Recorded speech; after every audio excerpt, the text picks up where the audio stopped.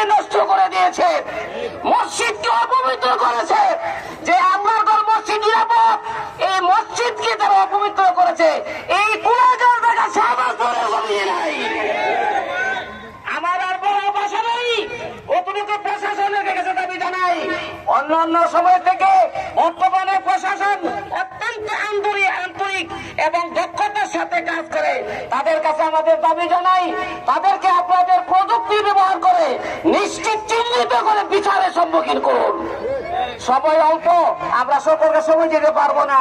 আমাদের সাবেক চেয়ারম্যান রাজি আহমদ রাজি সাহেব অল্প কিছু কথা বলবেন।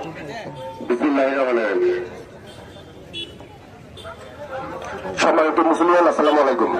যে পৈশাচিক ঘটনার মধ্যে দিয়ে এই মেয়েটার আজকে মৃত্যু হলো, এটা আমরা সাবাস মুক্ততা দায়ন দেওয়ার জন্য একটি কলঙ্ক। এখানে ইতিমধ্যে সাংবাদিক সমাজে অনেক লোকজন আছেন যারা উপস্থিত হয়েছেন, অনেক আইনজীবীরা এখানে আছেন, দিক আইনজীবী আমাদের